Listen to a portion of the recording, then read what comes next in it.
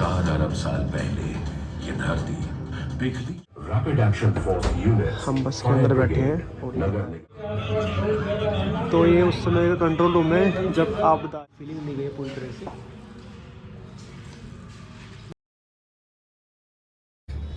तो दोस्तों इस समय हम भुज के स्मृति वन मेमोरियल म्यूज़ियम में पहुंच चुके हैं और ये देखिए यहाँ का थोड़ा सा मैं आपको फ्रंट का व्यू दिखा देता हूँ।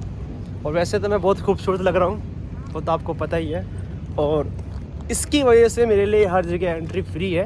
हम सीधा मैनेजर से बात करते हैं और वो जब हमारे वो मेरे लिए फ्री नहीं है, मेरे इस किरदार के लिए फ्री है जो मुसाफिर वाला है। और ये देखिए यहाँ पर प्रवेश द्वार लिखा है यानी कि अंदर की तरफ जाना है हमें। तो भैया ने बताया यहाँ पे एक सन पॉइंट है और यहाँ पे एक म्यूज़ियम है जो देखने के लिए है। तो भाई वो देखिए सूरज आपको बना हुआ दिख रहा है वहाँ पे। और यहाँ पर भाई सिक्योरिटी बहुत टाइट है। उन्होंने कहा कि यहाँ पे आर्मी का भी चार्ज लगता है, पुलिस वाला का भी चार्ज लगता है, सबका चार्ज लगता है। लेकिन मैंने कहा भाई हम तो मुसाफिर हैं, हमारा क्या ही चार्ज लगाओगे। तो दोस्तों आप पढ़ लीजिए स्मृति वन अर्थक्वेक म्यूज़ियम, ये भुज के अंदर है। कच्छ से 66 किलोमीटर दूर था। हाँ जी दोस्तों, तो लिफ्ट में आ चुके हैं और अभी मैंने पीछे पूछा तो कम से कम 2 घंटे लगेंगे देखने के लिए। अब चलते हैं ऊपर की तरफ और देखते हैं भाई इतना टाइम लगता है या नहीं लगता है। और वाकई में मैंने सुना है कि काफ़ी बड़ा है ये। दोस्तों लिफ्ट से उतरने के बाद मेरी चेकिंग यहाँ पे हुई और ये भाई कुछ ख़तरनाक ही लग रहा है मुझे तो म्यूज़ियम। और रिसेप्शन भाई टिकट लेना पड़ेगा और यहाँ पे भी मुझे उनसे बातचीत करनी पड़ेगी कि मैनेजर से मैंने बात कर लिया है। देखते हैं भाई क्या होता है, यहाँ पे कैसे कन्विंस कर पाता हूँ मैं। 300 का टिकट है। तो दोस्तों म्यूज़ियम में पहुँच चुके हैं और इतना बढ़िया वेलकम मैं सोच भी नहीं सकता। और यहाँ मेरे सामने जो हस्तियाँ बैठी हैं गुजरात के लोग। क्या स्मृति वन, मैंने उसका स्मृति वन म्यूज़ियम है ये और ये भुज के अंदर है। आप कभी भी यहाँ पे इधर आना तो भुज में ये ज़रूर देख के जाना क्योंकि भाई बहुत बड़ा है। लगभग कितना घंटा लगेगा मुझे घूमने के लिए?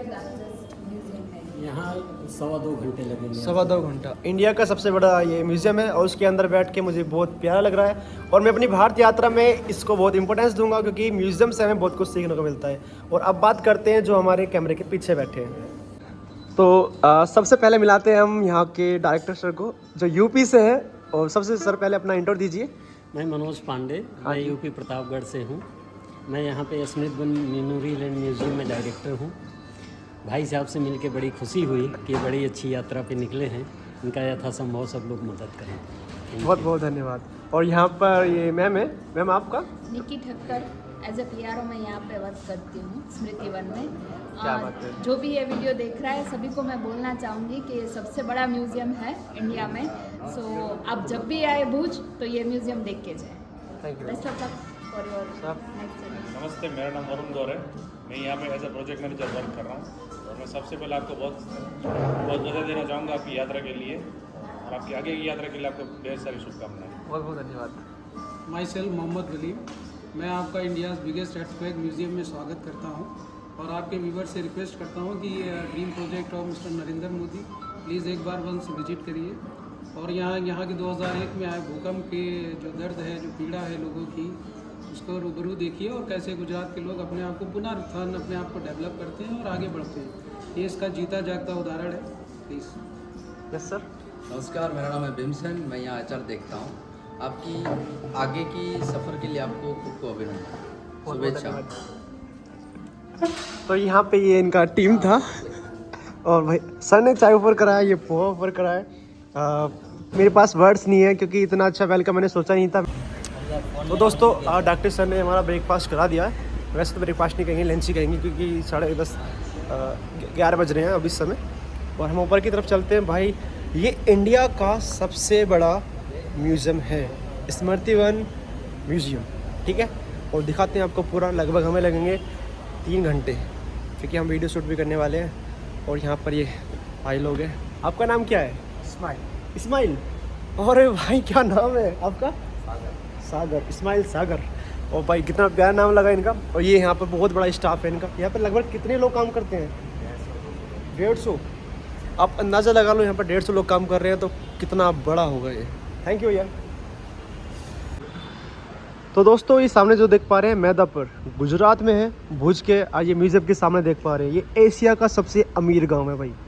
इस गांव में मैं आप अंदाज़ा लग सकते हैं गांव कहाँ लग रहा है, ये तो बड़ा स्मार्ट सिटी से लग रहा है, लेकिन ये गांव है।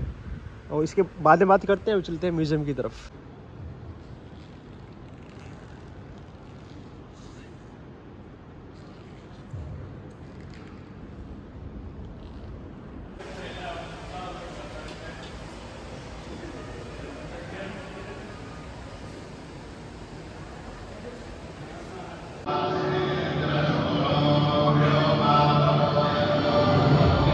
नाश के दुख से कभी दबता नहीं निर्माण का सुख, प्रलय की निस्तब्धता से सृष्टि का नवगान फिर।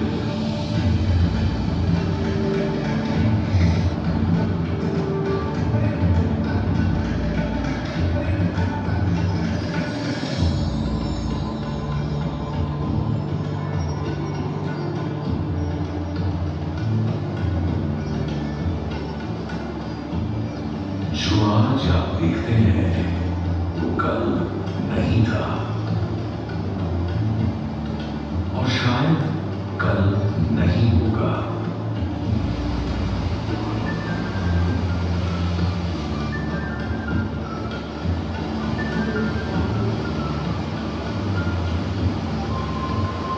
प्राकृतिक संसार में जो भी हम देखते हैं वो एक लगातार बदलाव के कारण है। हवाएं, बारिश, सूखा, भूकंप, सुनामी या ज्वालामुखी, ये सब इस दुनिया को इसका नया रूप देते हैं। कभी जमीन उभर आती है तो कहीं नदियां बहने लगती हैं। हमारा अस्तित्व भी इसी परिवर्तन के कारण है।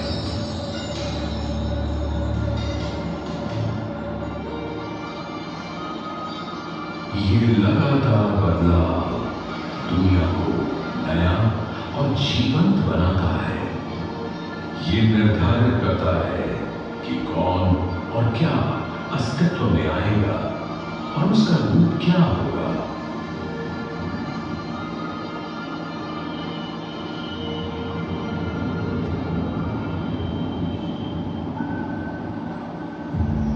मानव इस लगातार परिवर्तन को स्वीकार करता है और इससे बदलाव अपनाने की उसकी क्षमता बढ़ती है।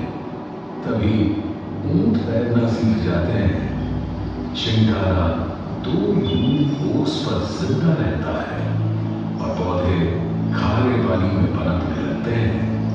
बदलाव के साथ सीखने, समझने और नया रूप लेने की ये कहानी यूं ही चलती रहती है।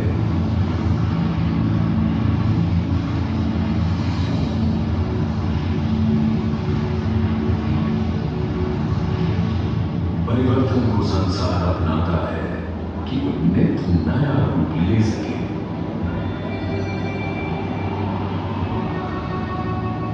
पर्वत उभराते हैं जहां कल सागर फैला था।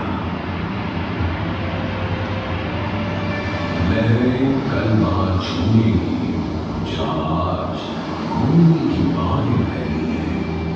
कल कुछ पशु पक्षी लुप्त हो जाएंगे या नया रूप ले लेंगे।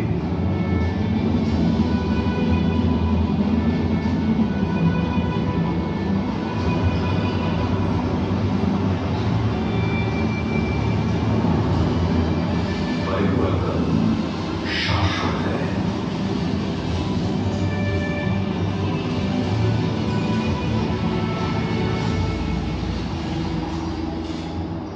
इस संग्रहालय में आप लगातार परिवर्तन और उसे अपनाने की मानवीय क्षमता को नजदीक से जानेंगे। यह यात्रा धरती के जन्म लेने से शुरू होगी और उस कल तक जाएगी जिसका निर्माण हम सब मिलकर कर रहे हैं। स्मृतिवन अर्थक्वेक म्यूजियम में आपका स्वागत करते हैं।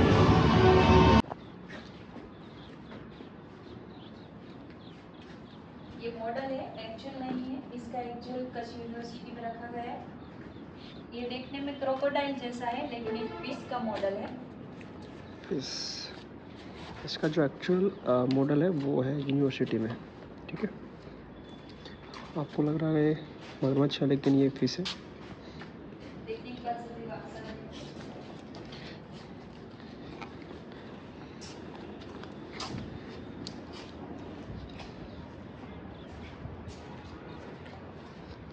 भाई बहुत बेस्ट है, इसके बारे में थोड़ा सा पढ़ लीजिए आप यहाँ पर।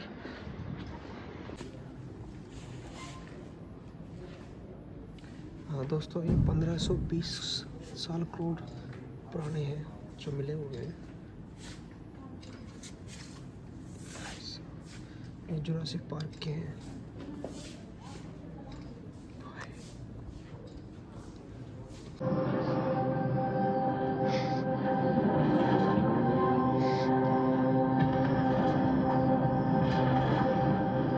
परिवर्तन में स्थिरमस्ति।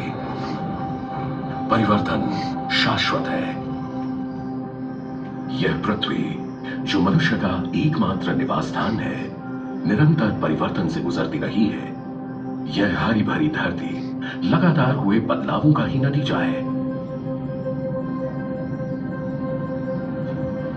4.5 अरब साल पहले यह धरती पिघली चट्टानों और सल्फर के उबलते समुद्र की तरह थी, जहां जीवन की कल्पना करना भी असंभव था। समय के साथ यहां का तापमान गिरता गया, जिससे पृथ्वी की कई संकेंद्रित परतें क्रस्ट, मैंटल और कोर बनने लगी। मैंटल की ऊपरी सतह एस्थेनोस्फीयर मोटी और चिपचिपी थी। इसके ऊपर लिथोस्फीयर, जो एक भूखंड था, तैरता था, जिससे आगे चलकर महाद्वीप बने।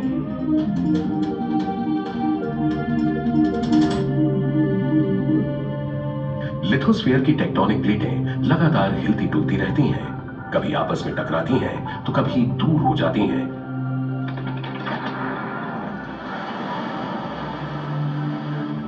और इसी के परिणाम स्वरूप पर्वतमालाएं, गहरी घाटियां और नए महाद्वीप बने।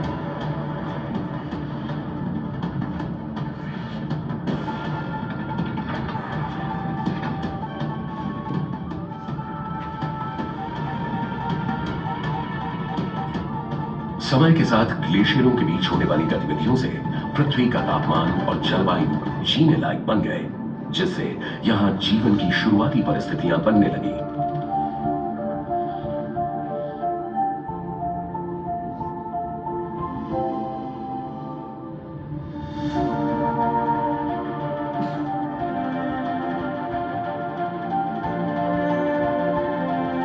वैज्ञानिकों का अंदाजा है कि 65 करोड़ साल पहले क्रायोजेनियन युग में एक बड़ा महाद्वीप टूटा, जिससे गोंडवाना, लॉरेंशिया, बाल्टिका और साइबेरिया बने। कहा जाता है कि 35.5 करोड़ साल पहले कार्बोनिफेरस युग में गोंडवाना और लॉरेंशिया की प्लेटें आपस में टकराईं, जिससे पेंजिया महाद्वीप बना। धीरे धीरे समय गुजरने के साथ पेंजिया के और टुकड़े होते गए, जिससे आज के महाद्वीप बने। जिंदगी भी यहां आए बदलावों और उनकी चुनौतियों को स्वीकार कर उनके अनुरूप ढलती रही। कुछ प्रजातियों ने खुद को इसके अनुकूल बनाया, कुछ विकसित हुई और कुछ नष्ट हो गईं। बदलावों का यह सिलसिला आज तक जारी है।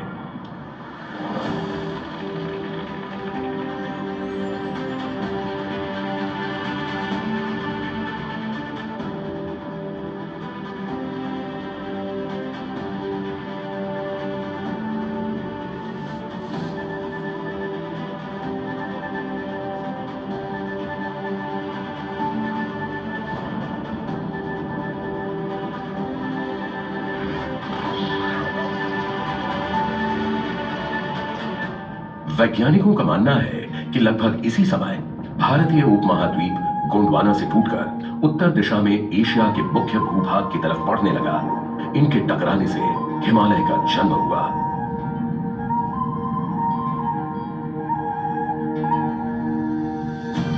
भारतीय उपमहाद्वीप के उत्तर पश्चिमी इलाके की टेक्टोनिक प्लेटें निरंतर सक्रिय हैं। लिथोस्फीयर की टेक्टोनिक प्लेटें लगातार हिलती हैं। उनमें पहले भी हलचल होती थी और भविष्य में भी होगी, जिससे भूकंप आएंगे, कंपन होगा और नए बदलाव आते रहेंगे। आने वाले कुछ दशकों या शताब्दियों में महाद्वीपों की स्थिति और रूप में परिवर्तन होते रहेंगे, पर इन बदलावों के आगे संसार और मानव ने कभी हार नहीं मानी, बल्कि स्वयं को नई परिस्थितियों के अनुसार ढाल लिया।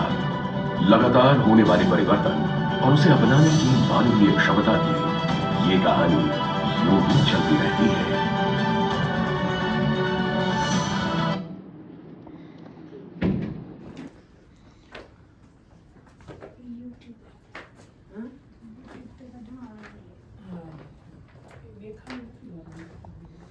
कच्छ का इलाका है और ये 5वीं जोन में आता है भाई। सबसे ज़्यादा भूकंप यहीं इधर ही आता है।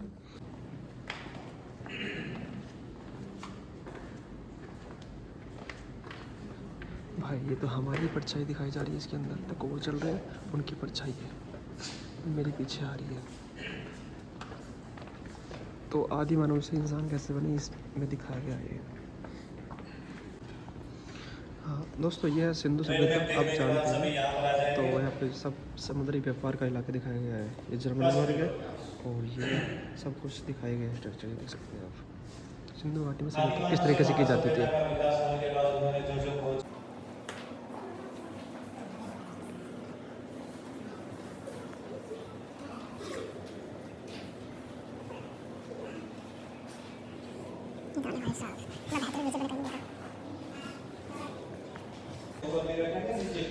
दोस्तों ये गुजरात में कुछ इलाके हैं जो पाए गए हैं और उसको हम फील करने वाले हैं 3D में। क्या बात है। और दोस्तों 3D इसमें हमें दिखाया गया कि जो हम लोथल है जहाँ पे मैं होके आया हूँ, तो उसका सारा मतलब कि वो व्यापार कैसे करते थे और कारखाने सब कुछ उसमें दिखाया गया 3D 2.5 मिनट के वीडियो में।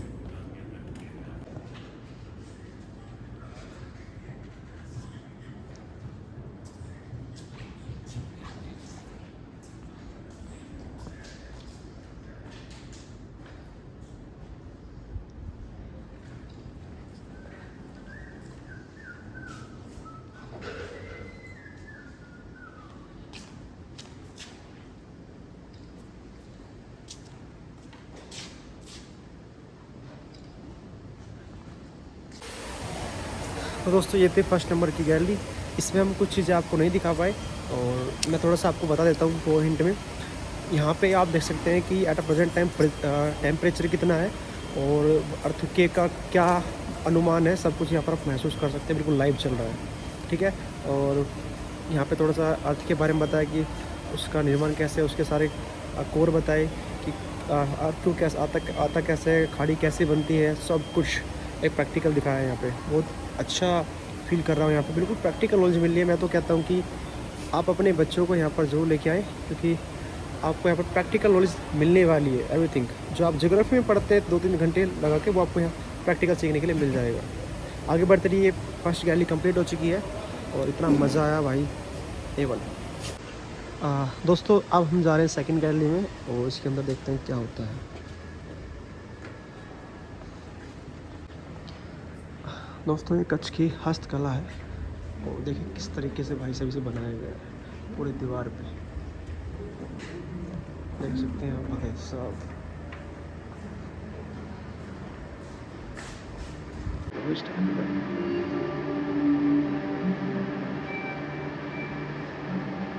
समय और प्रकृति ने गुजरात के इस भूभाग को विभिन्न भौतिक विशेषताएं प्रदान की। ऊंचे गिर पहाड़, एक लंबी तटरेखा, दिनों के प्रसुप्त ज्वालामुखी, बड़े रण में चमचमाते नमक के मैदान, छोटे रण में ढलाती हुई नदियां और कटिया तथा मुंद्रा के मैंग्रोव वन। विविधताओं के इस प्रदेश में कटीले जंगल, गुल्म व कीचड़दार भूमि और खाड़ियों ने भी जन्म लिया। यहाँ भूमि पर जितनी विविधताएं हैं वो इसकी सतह के नीचे होने वाली हलचल का परिणाम है। सक्रिय फॉल्टलाइन और टेक्टोनिक प्लेट की गतिविधियां सतह के ऊपर निरंतर परिवर्तन कर उसे नवीन रूप देती रहती है। गुजरात में सब झेला है। 1600 किलोमीटर लंबी यह तटरेखा भारत की सबसे लंबी तटरेखा है।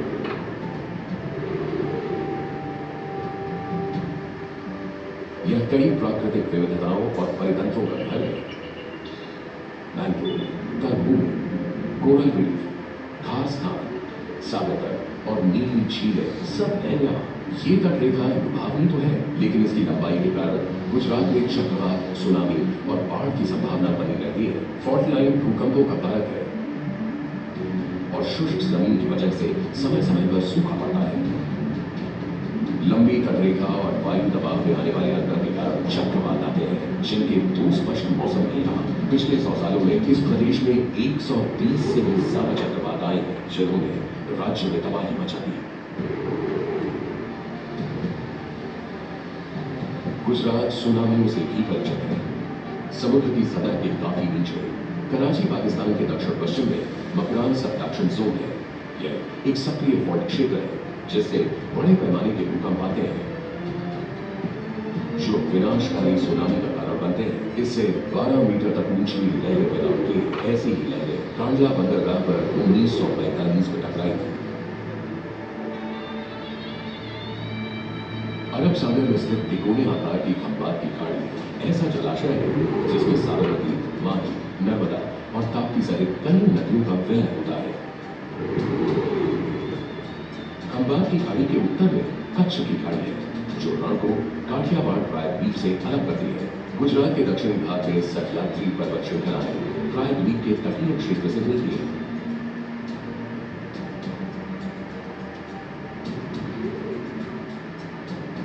जिससे क्षेत्र में घने हरे वर्षावन बन गए हैं।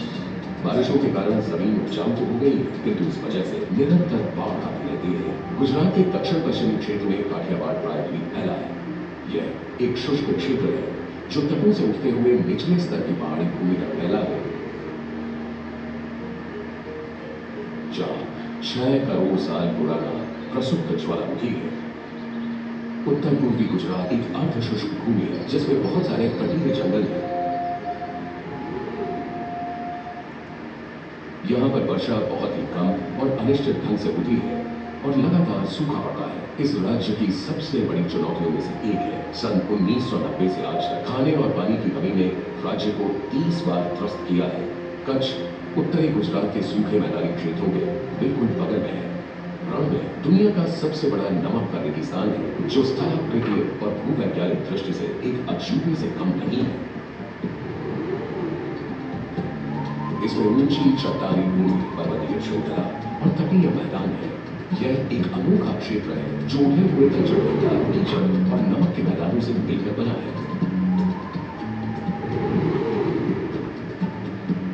और अब यह बहुत से वन्य जीवों जैसे भारतीय जंगली गधा, बन्नी भैंस और चिंकारा का घर है। रण के ये विशाल नमक के मैदान बाढ़ में कच्छ जिले को एक छोटे द्वीप में परिवर्तित कर देते हैं।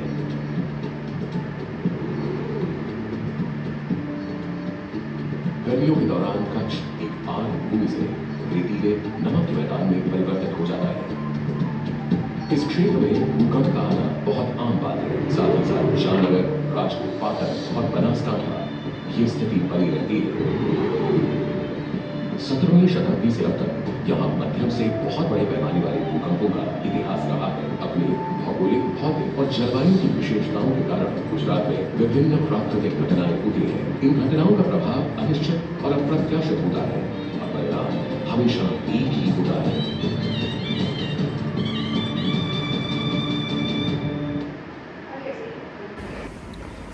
दोस्तों, जो अभी आपने वीडियो देखी उसमें गुजरात के बारे में सब कुछ बताया गया है, ए से लेकर Z तक। अब आगे चलते हैं।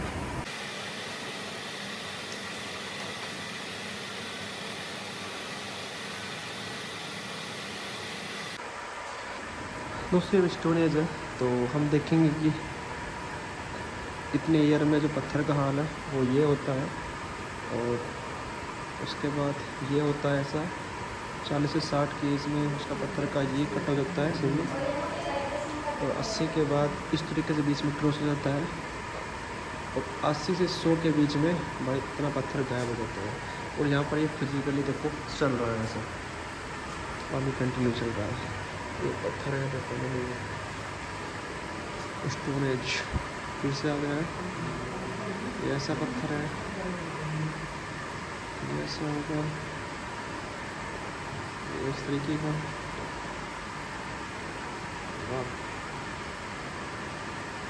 भाई इसमें शायद नीचे से पानी आ रहा है। कुछ तो नहीं पत्थर है भाई, कितना खतरनाक, सब कुछ प्रैक्टिकल हो रहा है।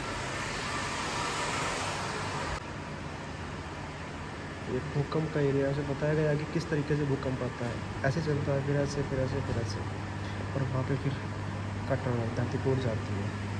यहाँ पर भाई बटन दिए हुए हैं और फिजिकली देख सकते हैं। ये अर्थक्वेक मॉडल है, अब पढ़ लेना पूरा इस तरीके से।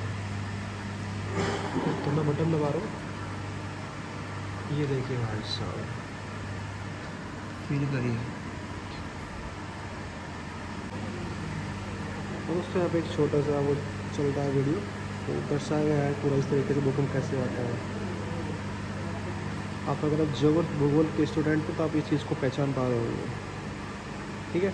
और आप भूगोल पढ़ रहे हो और रियलिटी में प्रैक्टिकल होनी चाहते हो तो इस म्यूज़ियम में ज़रूर आना आपको। अभी हम आगे चलते हैं।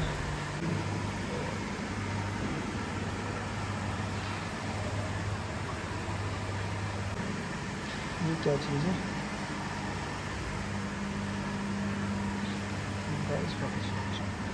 बाढ़। देखिए दोस्तों, बाढ़ किस तरीके से आती है उसमें दर्शाया गया है पूरी तरह से। ये मोड़ा दिखाता है कि कैसे ढेर सारा पानी से डूबा देता है। और यहाँ पर एक फिजिकल चल रहा है, ये ऊपर से बारिश हो रही है। ये बारिश का मेन कारण है इस तरीके से लगातार बारिश का पड़ना। वाह,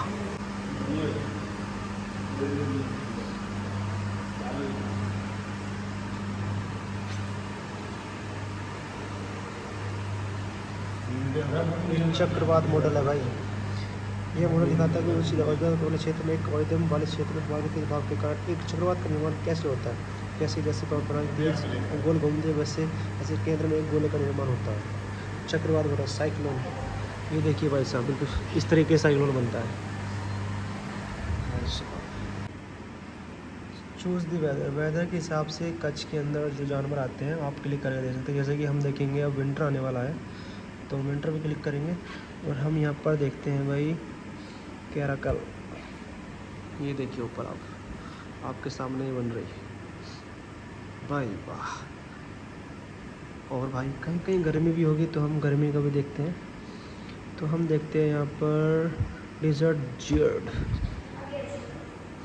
ये बन गया। वो भाई क्या बात है, मज़ा ही आ गया। ऐसी काफ़ी चीज़ें यहाँ पर है। मानसून के हिसाब से यहाँ जानवर दिखाए गए हैं भाई साहब। चूज़ दी वेदर, सेम वही फंड है। चलना चाहिए वहाँ की तरफ।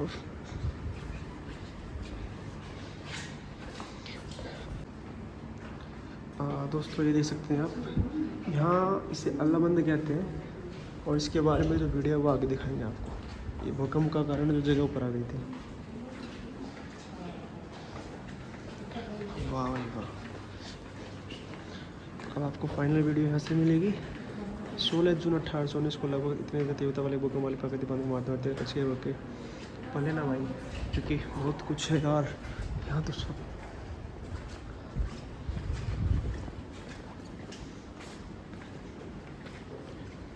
ये चौकी देखिए भाई, क्या दिखाया, क्या चीज़ है भाई। तो अभी हम वीडियो दिखाते हैं। अभी जो हमने अल्लाहबंद के बारे में आपको बताया उसकी वीडियो चलेगी। अब ये बैठने की जगह है। भूमि से मिल गया लेकिन पूरी तरह नहीं। इसमें दोनों गुण मौजूद थे और यह एक उभयचर की तरह पानी से उभरता और उसमें समाता रहा। समय के साथ जमीन के अंदरूनी हिस्से में होने वाली हलचल ने, जो आज भी जारी है, इसे एक खास रूप में ढाला। कुछ ऐसा ही सन 1819 में भी हुआ। 16 जून 1819 की शाम को जमीन में कुछ हलचल हुई जिसने पश्चिमी भारत के स्वरूप को फिर से परिवर्तित कर दिया। 7.9 मैग्नीट्यूड वाले भूकंप ने इस क्षेत्र को तबाह कर दिया। प्रकृति का प्रकोप इतना था कि जमीन पृथ्वी की सतह से ऊपर आ गई। अल्लाहबंद, एक प्राकृतिक पट्टी जमीन से उभर आई जो 70 से 90 किलोमीटर लंबी, 16 मीटर चौड़ी और लगभग 4 मीटर ऊंची थी। समय के साथ इसका एक बड़ा हिस्सा खाड़ी में तब्दील हो गया। इस उभरी भूमि को बड़े सम्मान के साथ लोग अल्लाहबंद यानी भगवान का बंद कहते हैं। आज इसका ज्यादातर हिस्सा भारत में और थोड़ा सा पाकिस्तान में है। इस भूकंप ने इस इलाके को हमेशा के लिए बदल दिया। नदी पर बांध बन गया और यह क्षेत्र रेगिस्तान में परिवर्तित हो गया। कच्छ के रण का आज जो रूप है, एक बंजर नमकीन रेगिस्तान, वह इस भूकंप के कारण ही है। सिंधु की सबसे पूर्वी जलधारा नारा नदी ने अपना रास्ता बदला और पश्चिम दिशा की तरफ मुड़ गई, जिसकी वजह से यहाँ से पानी, नदियों के रास्ते होने वाला व्यापार और वो सब कुछ चला गया जो यहाँ जिंदगी का आधार था। अल्लाह बंद के दक्षिण में जो ताजे पानी की भूमि थी, वो लगभग 6 मीटर धंस गई, जिससे एक बड़ी खारे पानी वाली झील सिंदरी झील बनी। सन 1819 में कप्तान जेम्स मैकमर्डो कच्छ में ही तैनात थे और उन्होंने अपनी डायरी में उस रात की सभी घटनाएं दर्ज की। घबराहट और भय उत्पन्न करने वाली गहरी आवाजें, तबाही की सूचना देता धरती का कंपन, इमारतों का विध्वंस, बेचैनी और दहशत, एक बयान न की जा सकने वाली भयावह सनसनी। भौगोलिक रूप से यह भूकंप सहभूकंपीय सतह विरूपण का प्रमाण था। इंट्राप्लेट कच्छ रिफ्ट बेसिन में क्रस्टल के निरंतर सिकुड़ने और दबाव का सबूत। एक विशाल प्राकृतिक आपदा, इस भूकंप ने हजारों लोगों को मौत के घाट उतार दिया। भुज और कई शहरों को तबाह बर्बाद कर दिया। अहमदाबाद की जमी मस्जिद की मीनारें ढह गई। अंजार, सिंदरी और लखपत के किले भी नष्ट हो गए। इस भूकंप ने लोगों की बस्तियों, जलमार्गों और प्रशासनिक केंद्रों को भी प्रभावित किया। उपजाऊ जमीनों में समुद्र का खारा पानी भर गया और भूकंप के पश्चात झटके महीनों तक आते रहे। भौगोलिक कारणों से बनने के 200 साल बाद भी अल्लाह बंद दृढ़ता से खड़ा है, अपरदन से अप्रभावित और अपने बनाए भूक्षेत्र पर प्रभुत्व रखता। हालांकि नए अध्ययनों के अनुसार कहा जा रहा है कि अल्लाह बंद के सबसे ऊंचे हिस्से से संपूर्ण रैखिक टीले के अपरदन का पता लगता है। यह इस सत्य की भी पुष्टि करता है कि मनुष्य और प्रकृति अपनी यात्रा में इन बदलावों को अपनाते हैं और उनके साथ साथ बदलते और विकसित होते हैं।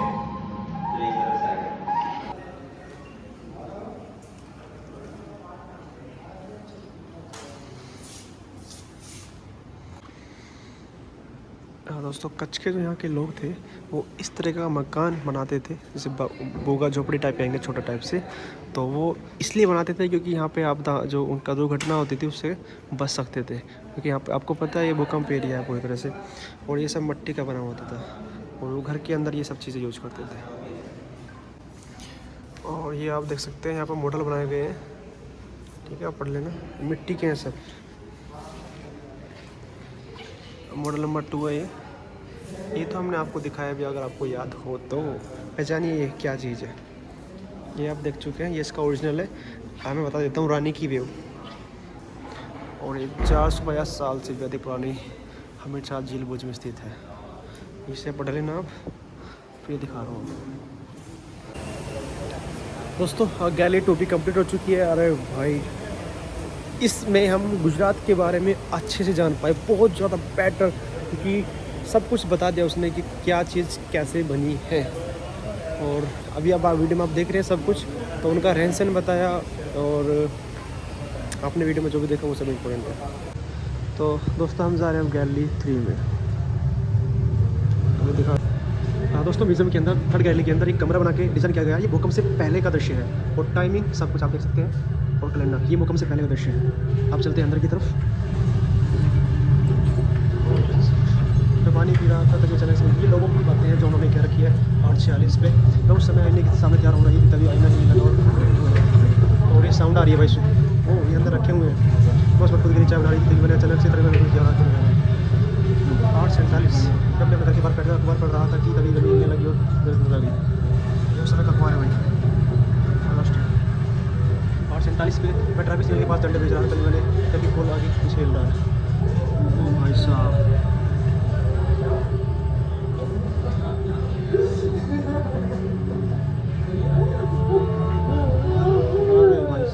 ये भूकंप के बाद का दृश्य दिखाया जा रहा है।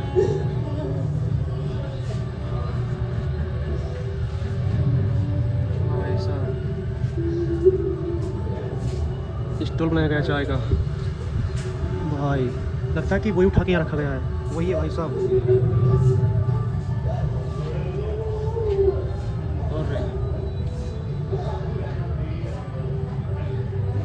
ये भूकंप की दृश्य बात का दृश्य है।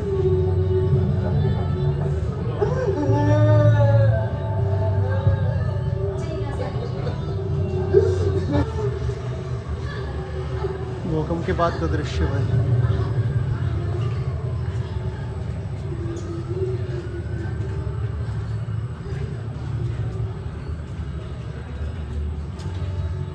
भाई सेम दीवारें वही है क्या भाई?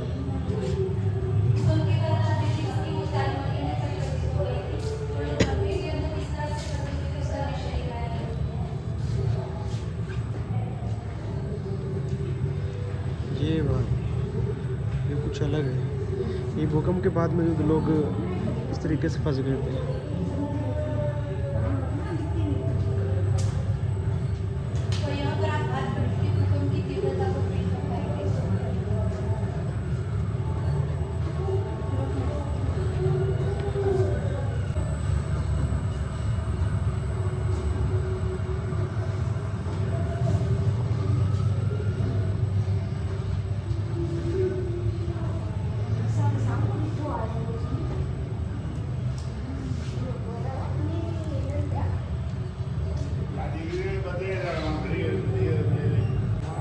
तो दोस्तों इस पे हाथ रख के हम भूकंप की गति को फील कर सकते हैं।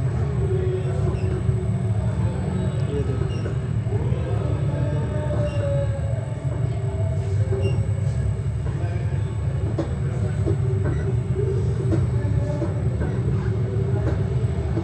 मैं फील कर पा रहा हूँ भाई साहब, क्या खतरनाक दृश्य हुआ।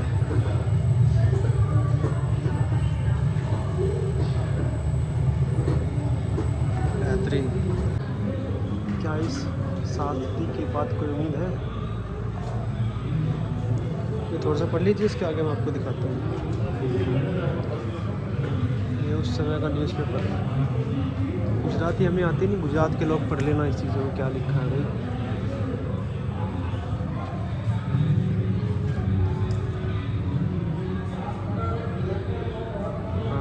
ये अखबार है उस समय जो भूकंप के बारे में बताया गया है इनके द्वारा।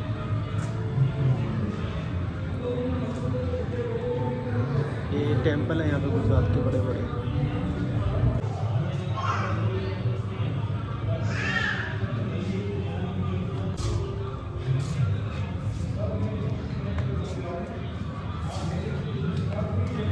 यहाँ पर आपको लकड़ियों का तो दोस्तों ट्रेन से यहाँ लकड़ियाँ मंगाई गई थी और आप देख सकते हैं इन लकड़ियों का क्या यूज़ किया गया था। आप देख सकते हैं भाई इतना ढेर लकड़ियों का। तो ये उस समय का कंट्रोल रूम है जब आपदा आई थी। फील करिए भाई, सभी चल रहे हैं भाई साहब, क्या फील आ रही है। ऐसा लग रहा है कि हम उस भूकंप पर पहुंच गए हैं।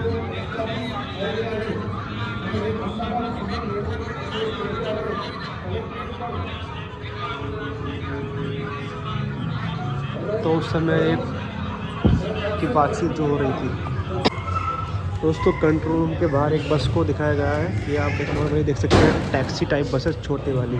तो उसके अंदर जाएंगे और अंदर देखते हैं क्या दिखाया जाता है हमें।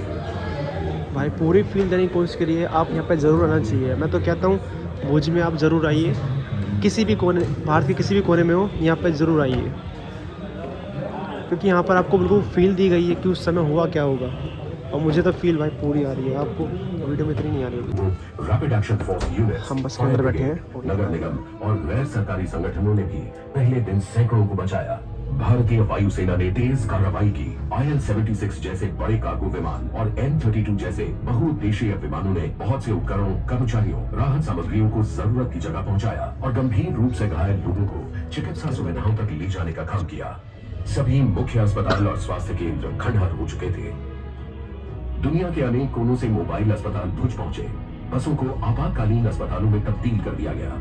बहुत से देशों ने मदद के लिए हाथ बढ़ाया। डेनमार्क की मेडिकल टीम ने गांधीधाम में और यूक्रेन ने बचाऊ में अस्पताल बनाए। इजरायली पैरामेडिक्स ने भुज में और जापान ने माधावर और कुकमा में चिकित्सा सहायता दी। अंतर्राष्ट्रीय रेड क्रॉस रेफरल अस्पताल और स्पेन रेड क्रॉस इकाइयों के साथ साथ भारतीय चिकित्सक संघ द्वारा बनाए गए चिकित्सालयों में दिन रात काम करके परिस्थिति को संभाला। इतने बड़े पैमाने की तबाही को संभालने के लिए एक दृढ़ सामूहिक प्रयास की जरूरत थी। भूकंप के पश्चात आए झटकों ने एक हफ्ते तक इस इलाके को हिलाए रखा। इन असंख्य पीड़ितों को शरण देने के लिए बहुत से तंबू और अस्थायी छप्पर लगाए गए। BAPS के स्वयंसेवकों द्वारा 4 ट्रक प्रावधान पहुंचाए गए। पहले ही दिन दोपहर 1 बजे तक 4000 लोगों के खाने का इंतजाम हो गया और रात तक 20,000 लोगों को खाना उपलब्ध करा दिया गया। रामकृष्ण मिशन, सेवा भारती, माता अमृतानंदमयी मठ, BAPS कच्छ नव निर्माण अभियान, कच्छ जैन समाज, कैरिटास इंडिया और अन्य संस्थाओं ने मदद पहुंचाई। खाद्य और सार्वजनिक वितरण विभाग और भारतीय खाद्य निगम भी मदद के लिए आगे आए। I was able to talk to the then revenue minister and he told me that you see लकड़ी चाहिए for 3 reasons. One, for protecting those who are survived against the cold. Second, to do the Agni Samskar of those who are dead. And third, for tomorrow, if those who are survived, उनके लिए कुछ खाना पकाना बनाना पड़ेगा, उनके लिए चाय बनानी पड़ेगी, क्योंकि कुछ है ही नहीं, गैस कनेक्शन नहीं चलता है, लाइट नहीं है, कुछ नहीं। सर्दी से बचने के लिए राहत सामग्री और खाने के लिए भोजन भी रेल से भेजा गया। लोगों को गुजरात में उनके परिवारों से मिलने और मदद करने जाने के लिए कुछ विशेष ट्रेनें चलाई गई। ये सच है कि इस आपदा ने उन लोगों को भारी शारीरिक क्षति पहुंचाई, लेकिन उससे भी ज्यादा गहरा था मानसिक कष्ट और सदमा जो एक लंबे समय तक रहा। तबाही के मंजर, बचाव के लिए पुकारती आवाजें और मजबूर हालात की वो मुर्दा शांति बहुतों को आज भी झकझोर देती है।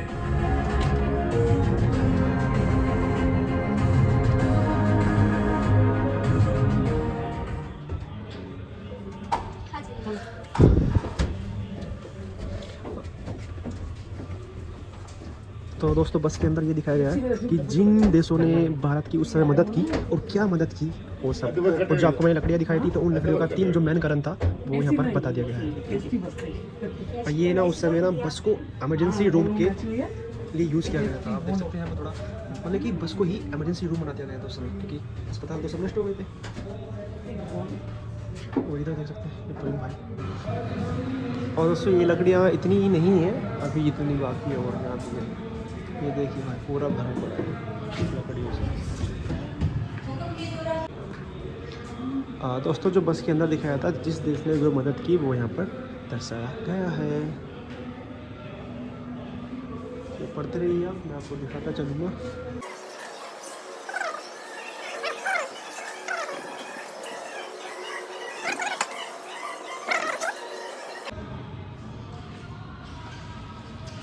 ये देखिए किस तरह से गांव की फीलिंग ली गई पूरी तरह से भाई साहब। क्या एक साथ रहने में हमें सद्भावना और सांस मिलेगा। ये स्ट्रक्चर दिख रहा है, फोटो तो दिख रही है, जैसे कि दिखा चलता हूँ आपको।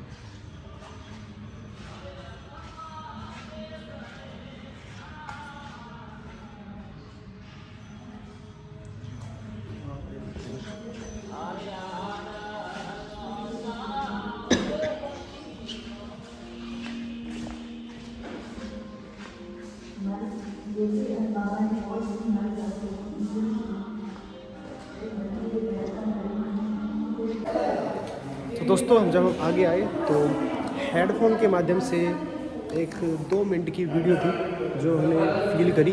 तो उसमें एक माँ थी जो अपने बारे में बता रही थी कि उस समय भाई उनके साथ क्या हुआ था, तो उन्होंने अपनी फीलिंग शेयर करी। और यहाँ का सफ़र शायद ख़त्म, ये तीसरा था। तीसरे के अंदर हमने क्या देखा कि बाढ़ से पहले का जो दृश्य था और बाढ़ के बाद का जो भी दृश्य है और उसके बाद जो भी घटना घटी वो गैलरी 3 में था। भाई बिल्कुल फील करा दिया वहाँ पे। और दोस्तों हमारा सफ़र जारी है, इस समय हम जा रहे हैं गैलरी 4 में। तो गैलरी 4 में हम दोस्तों देखने वाले हैं कि कच्छ का पुनर्निर्माण कैसे हुआ वीडियो के माध्यम से। सन 2001 जब पूरा भारत अपना 52वां गणतंत्र दिवस मनाने की तैयारी कर रहा था, गुजरात के लोगों का सामना हुआ एक भयानक हादसे से। 7.7 परिमाण वाले भूकंप ने इस राज्य को तहस नहस कर डाला, भारी तबाही मचाई और बहुत से जीवन बर्बाद किए। करीब 13,000 लोग मारे गए और 1,67,000 घायल हुए। ये कहानी बताती है कि कैसे सरकार ने सक्रियता से कदम उठाते हुए Gujarat state disaster management authority GSDMA का गठन किया। इस संस्था ने मुख्यतः लोगों के पुनर्वास के लिए सामाजिक और आर्थिक गतिविधियां की।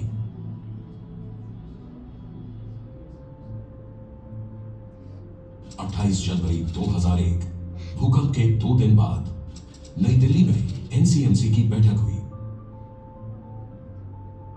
इस हादसे की वास्तविक स्थिति की जानकारी दीजिए ताकि हम जल्द से जल्द इस परिस्थिति से बाहर निकल सके। श्रीमान, स्थिति बहुत ही चुनौतीपूर्ण है। लगभग 20,000 इमारतें गिर चुकी हैं।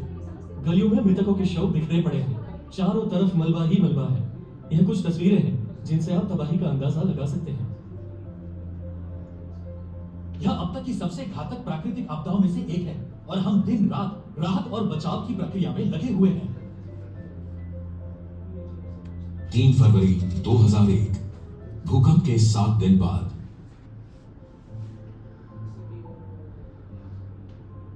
गुजरात में सहायता और पुनर्वास अभियान लगातार जारी थे।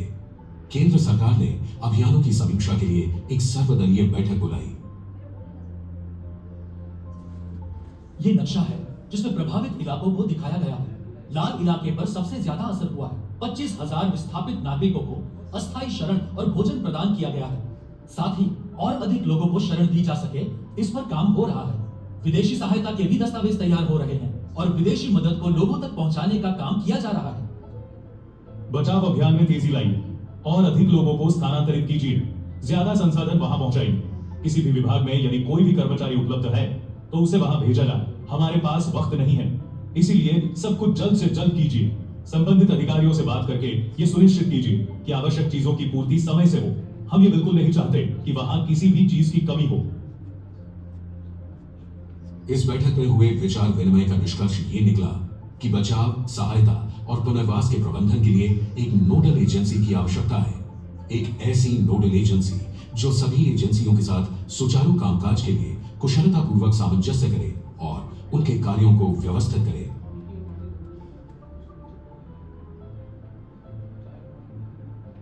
फरवरी 2001 भूकंप के 9 दिन बाद मुझे अपडेट चाहिए और वो भी जल्द। पिछली रिपोर्ट के बाद से हम और 50,000 लोगों को पुनर्वासित करने में सफल हुए हैं और ये अभियान अभी भी जारी है।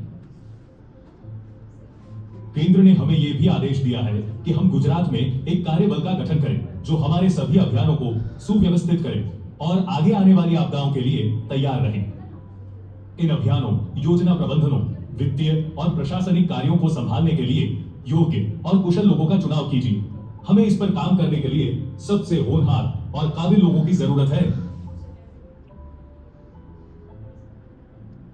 8 फरवरी 2001 को गुजरात सरकार ने आधिकारिक रूप से GSDMA का गठन किया, जिसका मुख्य काम गुजरात के पुनर्वास और पुनर्निर्माण में सहायता प्रदान करना था। गुजरात को वापस खड़ा करने में इस संस्था का अहम योगदान रहा। आज यह गुजरात सरकार का सबसे महत्वपूर्ण प्राधिकरण है, जिसमें बहुत ही प्रशिक्षित लोग काम करते हैं और सुनिश्चित करते हैं कि किसी भी आपात स्थिति में गुजरात के लोग सुरक्षित रहें। यह टीम केंद्रीय और राज्य स्तर पर ऐसी एजेंसियों को स्थापित करने के लिए एक उदाहरण बन गई है।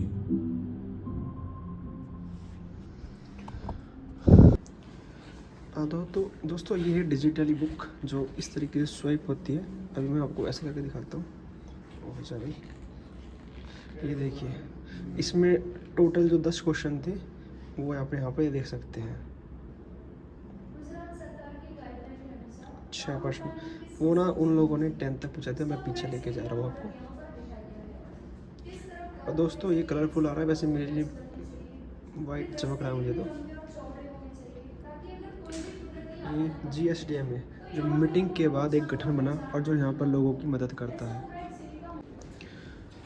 दोस्तों, ये जो आप स्ट्रक्चर देख रहे हैं, बिल्डिंग्स, घर, तो ये रीबिल्ड किया गया है गुजरात को। ठीक है, वो देख सकते हैं। और वो सामने आप इनकी वो देख सकते हैं क्या क्या है इनके बारे में। ये रीबिल्ड है गुजरात का। आपको ज़रा भी पढ़ना चाहिए। आवश्यक के लिए यदि सड़क की लंबाई 1500 मीटर के बराबर उससे कम है तो चौड़ाई 3 मीटर से होनी चाहिए। क्या बात है। अब चलते हैं आगे के लिए।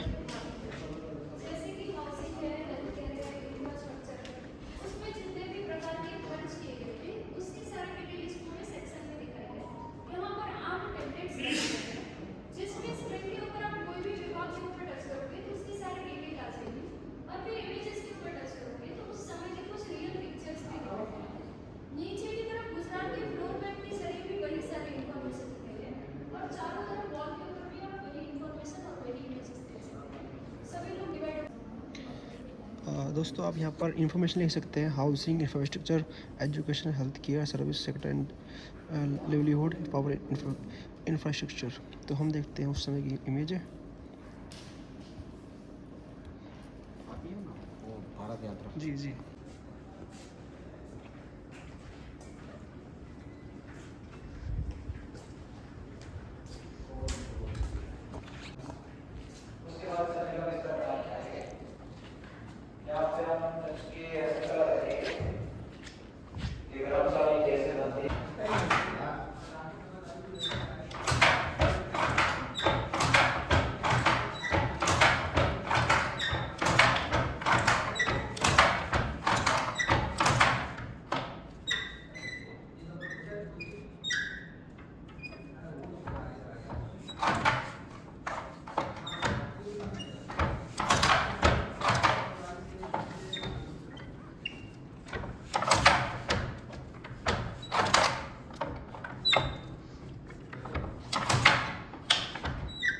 सामने की तरफ आप देख सकते हो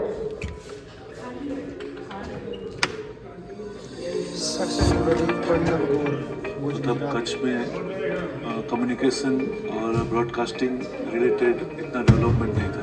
कम्युनिकेशन बंद हो गया था, टेलीफोन लाइन, हर गेट के अंदर कुछ ना कुछ है। ये फोटो लगी हुई है बस कतीत। वाह भाई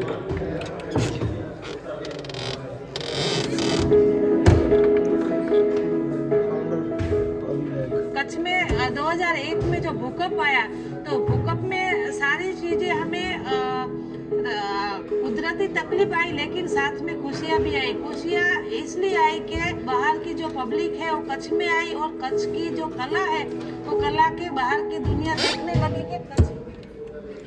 दोस्तों इन सब खिड़कियों के पीछे एक सक्सेस स्टोरी है कच्छ के जो व्यापार की, वो कैसे इतना ऊपर ग्रो कर पाया और आज इंडिया का सबसे अमीर राज्य और पैसे वाला राज्य कहेंगे इसे हम। ये अभी खाली भाईस मज़ा आ गया। ये पठान साड़ी का मैंने दिखाया था आपको, अब आपको चलते हुए दिखाते हैं।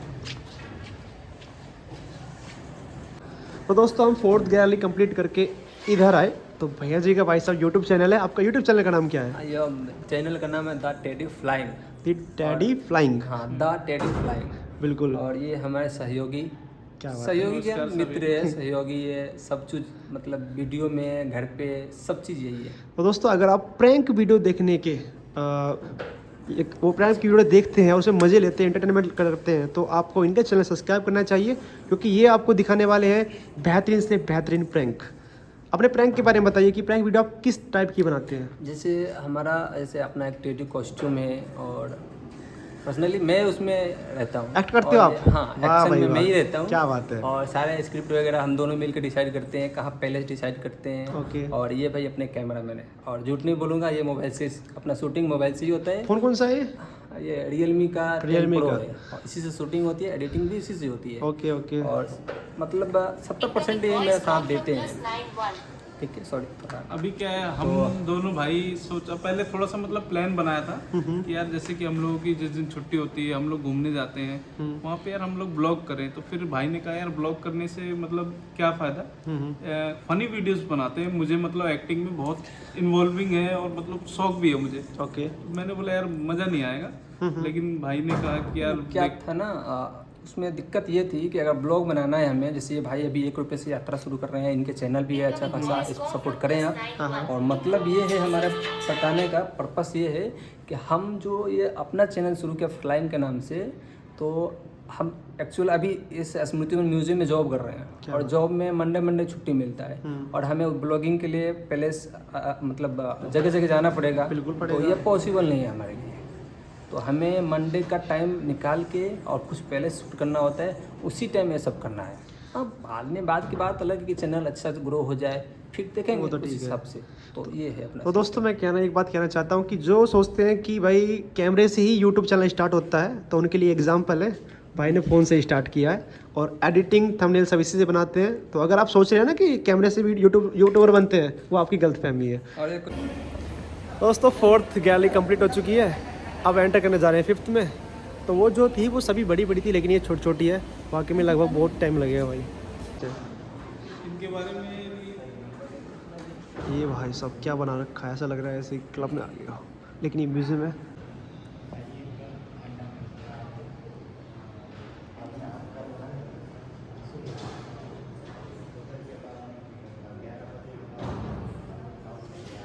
कर्नाटका, ये कुछ आप देख सकते हैं यहाँ पर पिक्चरें चल रही हैं और आपको मुझे ऐसा फील हो रहा है कि मैं भाई साहब इंडिया से बाहर पहुँच चुका हूँ। कि तो इतना बेहतरीन तरीके से इसे बनाया गया है, मैं शब्दों में बयां भी नहीं कर सकता। भारत के आपदा मोचन करता, ये देखिए बिल्कुल सब काला काला है।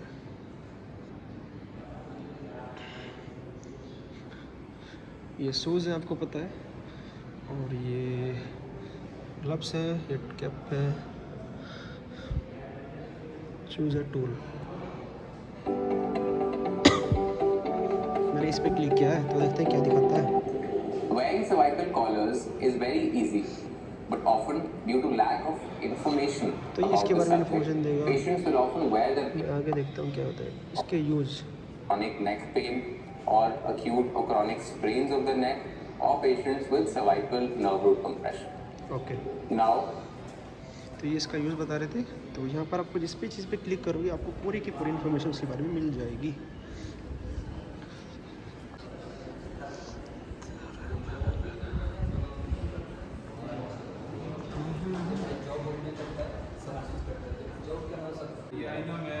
दोस्तों ये एक डिजिटल स्क्रीन है और यहाँ पे जो ये रेड आपको डॉट दिख रहे हैं, इसका मतलब अर्थक्वेक का एक सिग्नल दिखाया जा रहा है।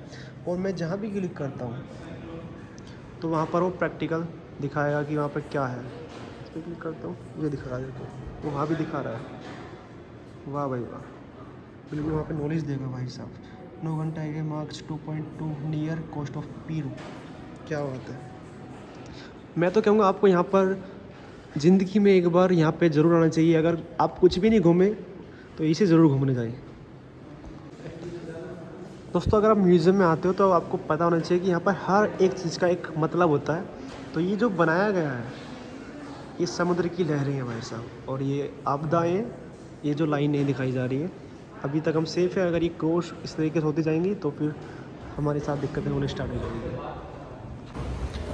तो दोस्तों जो हम 5th में थे तो हमने देखा कि लाइव भाई साहब अर्थक्वेक, विंड, जो भी फ्लड होते हैं तो वो सब हमने लाइव वहाँ पे देखा। उत्तर प्रदेश का मैंने देखा, वो मैंने आपको नहीं दिखाया लेकिन मैंने खुद देख लिया। आप यहाँ के खुद क्लिक करके देखना।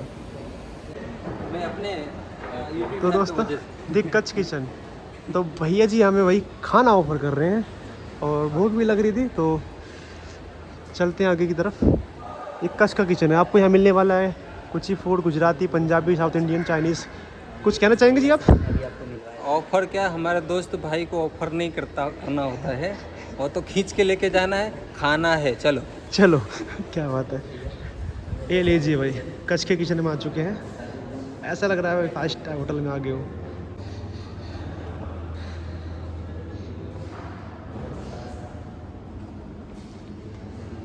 ये कोई नॉर्मल जगह नहीं है भाई, कच्छ किचन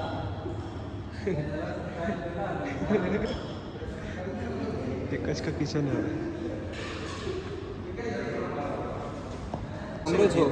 दोस्तों हम किचन में आए हैं तो ये यहाँ के डायरेक्टर है, किचन के डायरेक्टर। आपका नाम क्या है?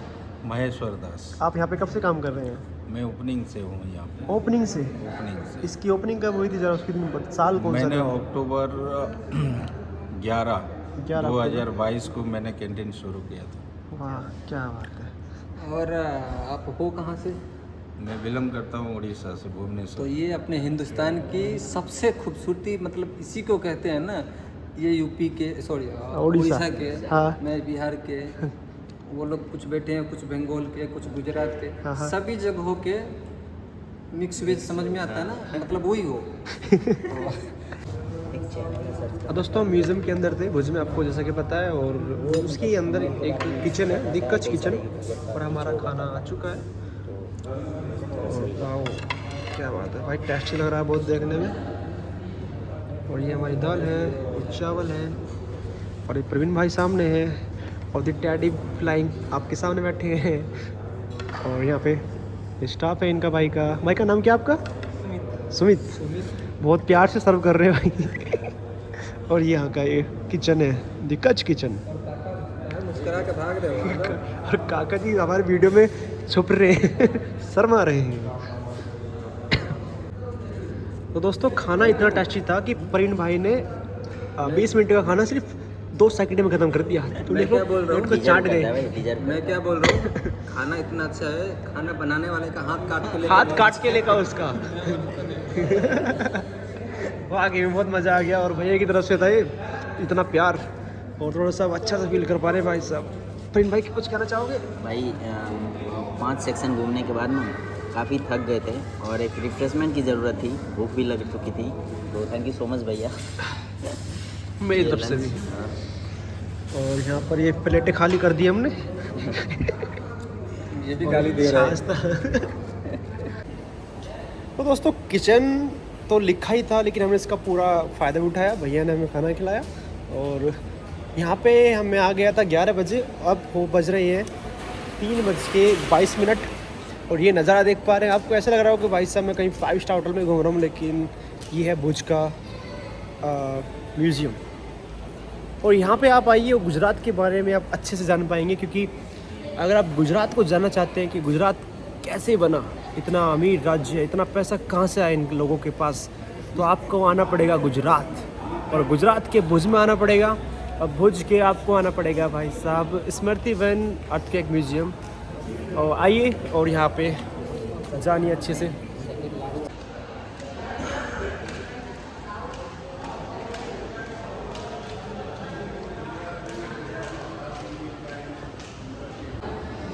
फाइनली इतने टाइम के बाद हमें मिल ही गया जिसे हम ढूंढ रहे थे। वाह, खाने के बाद कितना आराम मिला। अच्छे तरीके से जानते हैं म्यूजियम वाले कि खाने के बाद तो चला नहीं जाएगा, इसलिए हमने ये चलने वाले सीढ़ी लगा दी है। वाह, और हम के सामने पेस है 6th फ्लोर या गैलरी कहेंगे इसे हम। ये बंद है पूरी तरीके से, और यहाँ पर हमारी एंट्री होगी। वैसे तो हेलो दोस्त, और ये देखिए भाई साहब फुल फॉर्म में यहाँ पर सिक्योरिटी गार्ड। अच्छा लगता है। कैसे हो सर? बढ़िया, मिलकर अच्छा लगा आपसे सर। कहाँ से? मैं यूपी से हूँ। यूपी जी। और ये फिर से टिकट मांग रहे हैं, लेकिन इन्हें कैसे समझाएं कि हम नीचे क्या क्या आ चुके हैं। हो गया बैठे 10 मिनट। Okay okay. तो दोस्तों देखना, हम देखते हैं यहाँ पर भीड़ जमा हो चुकी है, और सबका अलग अलग स्टाफ है। आपका नाम क्या है? भार्गव। क्या बोला? भार्गव। भार्गव ऋषि। भार्गव ऋषि। रामायण में जो थे ना भार्गव ऋषि, ये इनका ही नाम है। आपका नाम क्या है? शर्मा। शर्मा क्या रे भाई? ऐसे शर्माओगे तो हो गया काम। आपका नाम क्या है? मेरा नाम संजय। संजय दत्त। संजय दत्त। वाह भाई, भी वैसे ही है। बिल्कुल, मैं बोल और पकड़ा एक्टिंग भी एक्टिंग भी वैसे बिल्कुल। अरे ऐसे क्यों खा रहे हो यार? सेम मेरे जैसा ही है बिल्कुल। क्या बात है, सेम टू सेम भाई, बिल्कुल मेरे जैसी स्टाइल इनकी वैसा। और आपका नाम क्या है? जिग्नेश कविराज। जिग्नेश कविराज। कविता आती है आप पे? लेकिन ये कविराज है, लेकिन इन्हें कविता नहीं आती है। ये कौन सी कविराज है? सस्ते कविराज है भाई। बहुत स्टाफ बहुत बढ़िया है, मतलब कि इतना मजा का स्टाफ हमें मिला है, बहुत अच्छा लगा। पहली बार ऐसा स्टाफ मिला है, और ऐसा ही होना चाहिए लोगों को। हंसते रहिए, मुस्कुराते रहिए, लोग आएंगे जाएंगे। बिल्कुल, बहुत अच्छा लगा आपसे मिलकर। आपके साथ एक यादें बन जाएगी मेरी। मैं दोबारा फिर कभी आऊँगा, फिर मिलूंगा आपसे। बहुत प्यार मिला आपसे। आपके बहुत बढ़िया भाई, अच्छा लगा आपसे सबके दिल से। कैसे जी? आपका नाम? मेरा नाम समित है। समित, कब से काम कर रहे हैं यहाँ मैं यहाँ पे 12 महीना हो गया मेरे को यहाँ पे। 12 महीना? Yes sir. कैसा एक्सपीरियंस है यहाँ का? बहुत ही अच्छा है, बहुत ही यहाँ पे विजिटर बहुत आते जाते हैं, सबको फुल मजा आता रहता है। ओके। ये 6 नंबर है गैलरी, इसमें आपको अर्थक्वेक का पूरा अनुभव होगा। अनुभव ठीक है।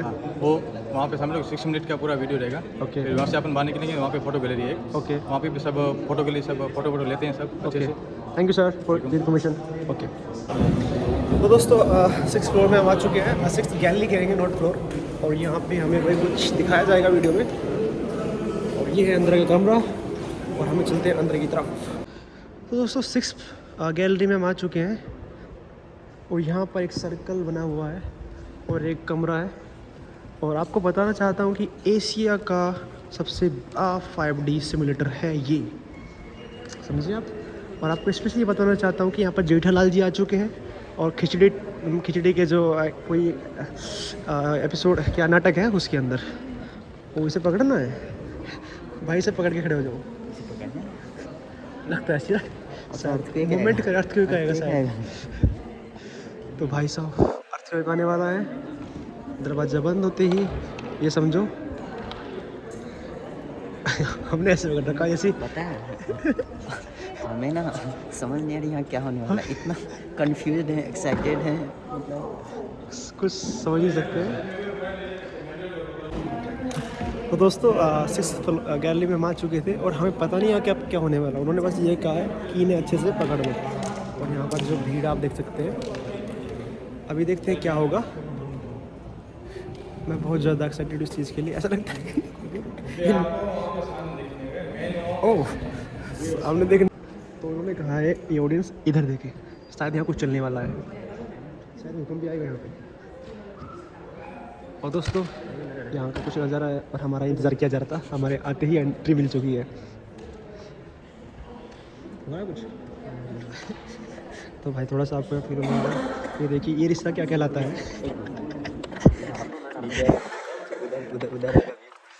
इधर तो भूकंप आएगा। मैं आज पता कर लूँगा प्रवीण भाई मुझे बचाएंगे या नहीं बचाएंगे, मतलब इंसान। मैं बचा। वाह क्या बात कही। और लगता है कि लोग यहाँ डर रहे हैं, कुछ बड़ा होने वाला है। हमें तो पता नहीं क्योंकि लगता है कि सभी पहली बार आए हैं। और uncle ji hello hello hello sir, hello, पहली बार आए हो यहाँ पे?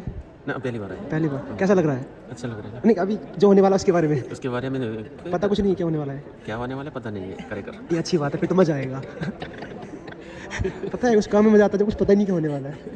मुझे पता नहीं क्या लग रहा है, ये नीचे को जाएगा और सबकी किल्लियाँ होने के बाद मजा होगा।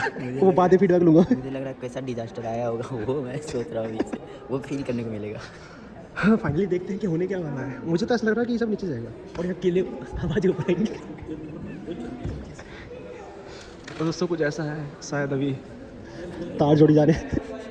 तार से तार जोड़ी जा रहे हैं। उसके बाद मूवी ओ अभी कुछ का इंतजार किया जा रहा है। और ये देखिए वयस्क बुजुर्ग लोग भी हैं यहाँ पर। और ये उधर से गेट खुला है और कुछ बच्चे भी आ चुके हैं यहाँ पर। जल्दी शुरू करो। मैं यूपी से हूँ। यूपी मेरठ। आप कहाँ से हो? गुजरात से। गुजरात से हो?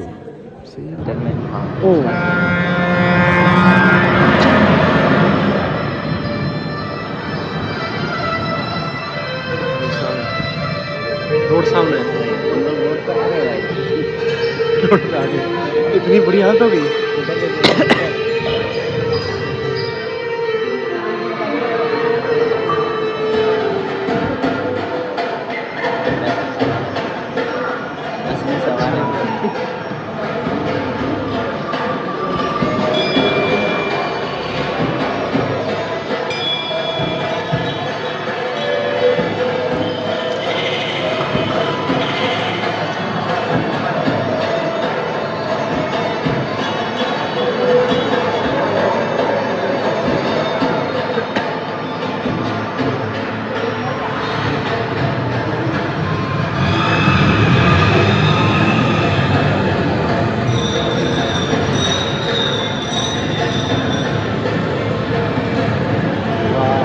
क्या माहौल है।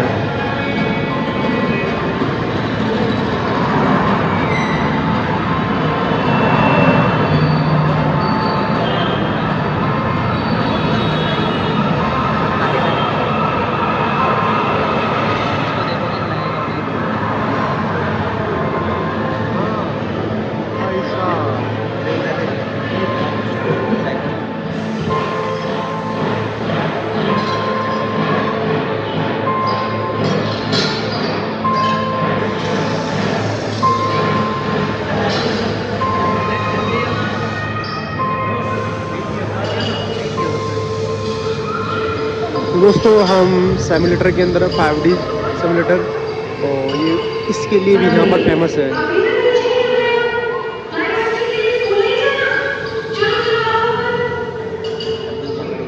ओ भाई दोस्तों ये भूकंप फील हो रहा है हमें यहाँ पे, देखो मूवमेंट कर रहा है ये, वही फील देने की कोशिश की जा रही है।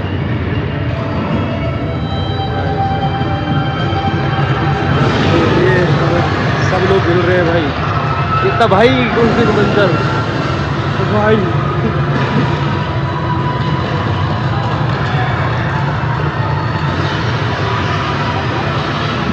ये कच्छ का भूकंप है भाई, और यहाँ देखिए मूवमेंट कर रहा है, वाकई में फील पूरी आपको ऐसी आएगी, उसी समय में ले जाया गया है।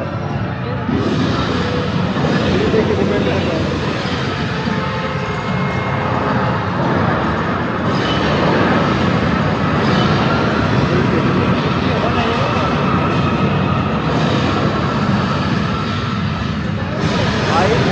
बहुत मूवमेंट कर रहा है, ऐसा लग रहा है कि हम अपनी आंखों से देख पा रहे हैं उस भूकंप को, उस नज़ारे को। और भाई भारत कहाँ से कहाँ पहुँच गया है वाकई में टेक्नोलॉजी में।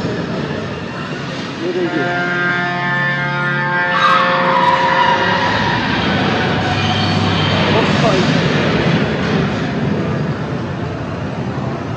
क्या बनाया है भाई।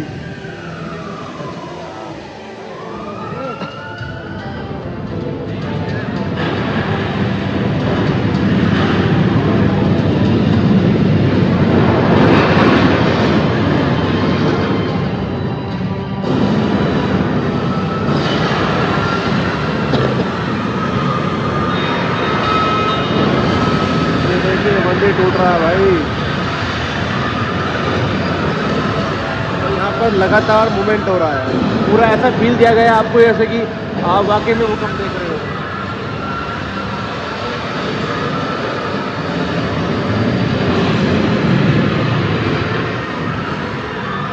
जिंदगी में पहली बार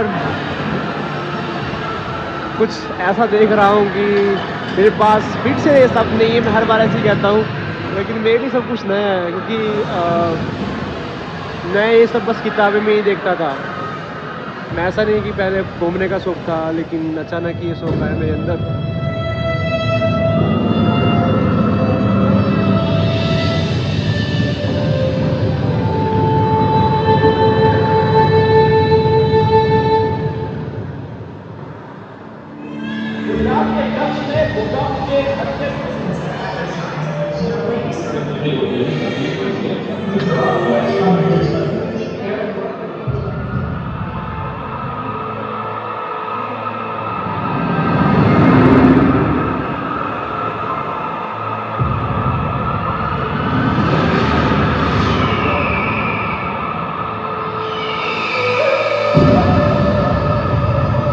गुजरात के कच्छ में जो भूकंप आया था उस समय का दृश्य।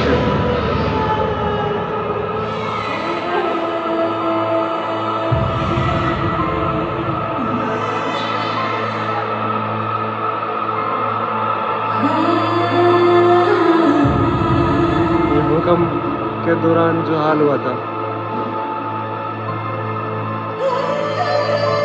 भाई, वीडियो में जो दिखाया जा रहा है मैं दिखाने की कोशिश कर रहा हूँ। अगर आप यहाँ अपनी आंखों से देखोगे तो आपको आंखों से आंसू आ जाएंगे यार,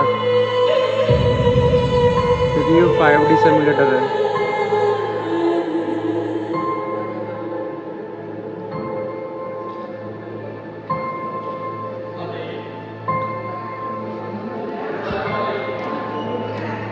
बाद में ये बसाया गया था ना, ये सब जो मैग्नेट कैंप लगाए हुए थे लोगों को बचाने के लिए।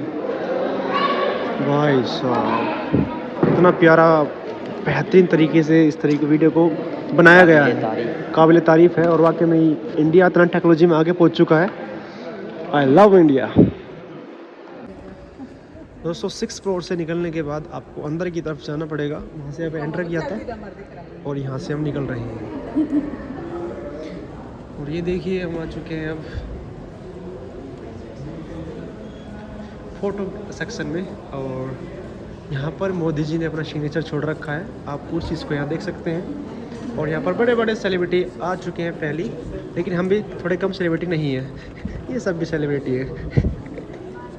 गुजराती सॉरी हिंदी समझ नहीं पा रहे कुछ लोग, ये गुजराती है बोल, गुजराती मुझ पर आती नहीं, क्या करूँ, एक ट्रांसलेटर रखना पड़ेगा मुझे। तो दोस्तों मैसेज फॉर द फ्यूचर, यहाँ पे मैं कुछ बड़ा लिख के जाऊँगा। आप ना सिर्फ यही कहना चाहूँगा, डोंट प्ले विद एनवायरनमेंट, प्रकृति के साथ मत खेलो। अगर वो आपके साथ खेलेगी तो आपको ऐसे हादसे दोबारा देखने को मिलेंगे, ठीक है। और यहाँ पे मैं अपना सिग्नेचर कर देता हूँ, देखिए। हाँ जी, डोंट प्ले विद एनवायरनमेंट, ठीक है। मैसेज फॉर द फ्यूचर, अगर आप प्रकृति के साथ खेलोगे तो आपको ये आपदा दोबारा झेलनी पड़ेगी। Thank you. दोस्तों ये है फोटो गैलरी, और इनके बारे में यहाँ की सिक्योरिटी गार्ड कुछ कहना चाहेंगे। जी बोलिए। जैन सर, इसके सर ये फोटो गैलरी है, और यहाँ पे आप जो भी पेज दिखाई दे रहे हैं, यहाँ पे पूरा व्यू है फोटो गैलरी का। ओके। और यहाँ पे सब बैठ के खड़े रह के सब फोटो निकलते हैं। ओके। और ये जो अपना यहाँ का स्मृतिवन का एक पेज है, ओके, स्मृतिवन अर्थक्वेक म्यूजियम का। ओके। उसमें आप भी देख सकते हैं यहाँ पे फोटो व्यू सब। ओके। और आ जाइए, यहाँ पे मोदी सर आए थे, ये जो लगा हुआ है, ठीक है, ये पूरा सब मोदी सर ने लिखा है सब इस पे। हाँ, क्या बात है, मोदी जी की हैंड राइटिंग आप देख सकते हैं बिल्कुल सामने से, क्या बात है भाई साहब, क्या नज़ारा है। ये पूरा मैसेज फॉर द फ्यूचर है, ठीक है। और ये विजिटर बुक है, ओके, जिसमें आप लिख सकते हैं कि आपको कैसा लगा यहाँ पे। ओके, ये पूरा यहाँ पे डेट आएगा, यहाँ पे नाम आएगा, यहाँ मोबाइल नंबर, ओके, ईमेल, और यहाँ पर कमेंट कैसा लगा। हाँ। तो बिल्कुल मैं मैसेज फॉर द फ्यूचर के लिए कुछ ऐसा लिख के जाऊँगा कि जब मोदी जी आएंगे और मुझसे मिलने की इच्छा करेंगे। ओके दोस्तों, मैसेज फॉर द फ्यूचर के लिए मैंने लिख दिया है फ्लैंग चीनू, और इतना ये मेरा number, don't play with environment. ये बंदा बहुत अच्छा है। ये तीसरे बंदे मिले हमें। आपका नाम क्या है? मेरा मर्जी से जाड़ेजा। आप कब से काम कर रहे हो यहाँ पे? मेरे को 1 साल होने का है। कैसा एक्सपीरियंस है आपका यहाँ पे? हाँ, एक्सपीरियंस कैसा है, अनुभव कैसा है? एक्सपीरियंस बहुत अच्छा है, बढ़िया है। हाँ। इधर सब वो फेमली स्टार, सीरियल के सभी सुपरस्टार, ओके, जैसे कि जेठालाल में आता है ना सुंदर मामा, ओ वाह, वो आगे आ चुके हैं। झांसी की रानी वो आ चुकी इधर, और सभी नेता और नेता यूएस लंदन सबसे आगे है। क्या बात है। मोदी साहब ने ये अच्छा बनाया है, क्योंकि हम लोग को इधर के लोकल को हमको रोजी रोटी मिलती है। इसलिए मोदी साहब को थैंक यू बोल रहे। वाह। और ये वर्क देख रहे हो, उसको भी हम धन्यवाद कर रहे हैं कि भाई को सब्सक्राइब करें। ओके, चलते हैं बाहर की तरफ। तो अब लगता है कंप्लीट हो चुका है, शायद अभी भी कंप्लीट नहीं हुआ है। थैंक यू भाई। पता है मैं थैंक यू किस लिए बोल रहा हूँ, मेरा भाई वीडियो पे क्लिक नहीं करा, वो रिकॉर्ड नहीं हो रही थी। अभी और भी बाकी है। ले भाई 7th में आते हैं, और भैया जी फिर से मिल गए। और 7th गैलरी में मैं एंटर करते हुए, जय हिंद जय भारत। जय हिंद जय भारत। वाओ, एसी चल रही है तो। कुछ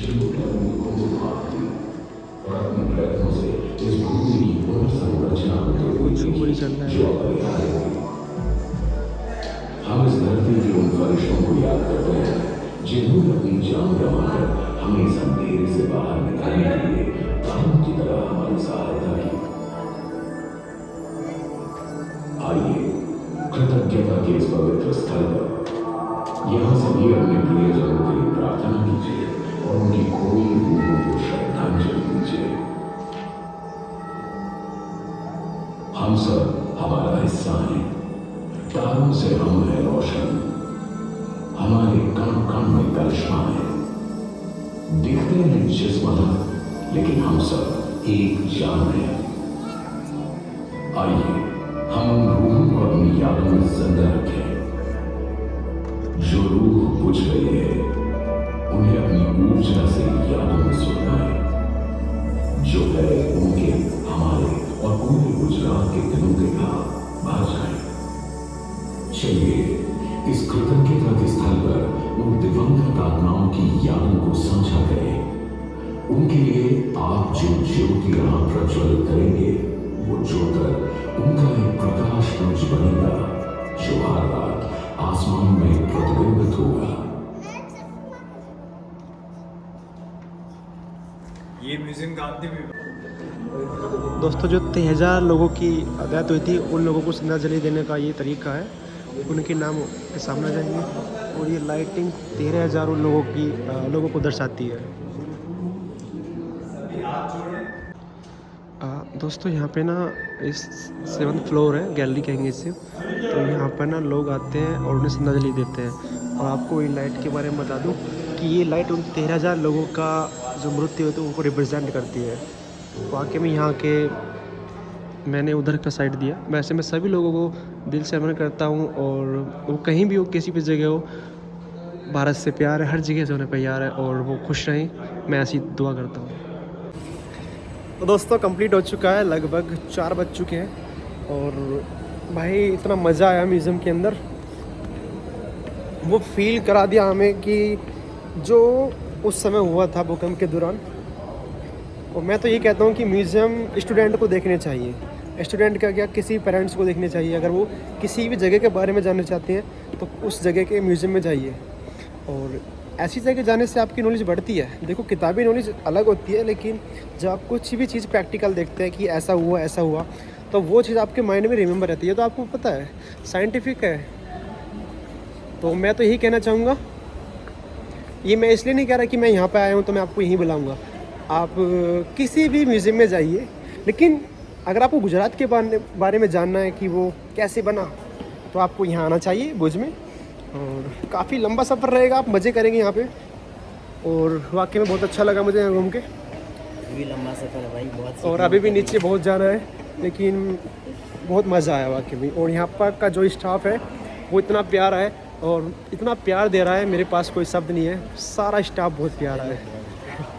और अभी कुछ कह रहे हो, उससे बात करता हूँ। बहुत प्यारा स्टाफ है और सभी को दिल से प्यार। दोस्तों इनकी वजह से हम पूरा म्यूज़ियम अच्छे से और बिल्कुल दिल से घूम पाए। और लास्ट में इनका थैंक यू सो मच दिल से करना चाहते हैं। और मैं कहना चाहता हूँ कि ये जो काम कर रहे हैं, इनका काम बहुत आगे तक जाए और प्लस नाम भी बहुत आगे तक जाए। और मैं इनसे दोबारा मिलने आऊँगा गुजरात स्पेशली, और इसी म्यूज़ियम में मिले, चाहे कहीं भी मिले, किसी भी कोने में, मैं इनसे मिल के दोबारा ज़रूर जाऊँगा। Thank you so much.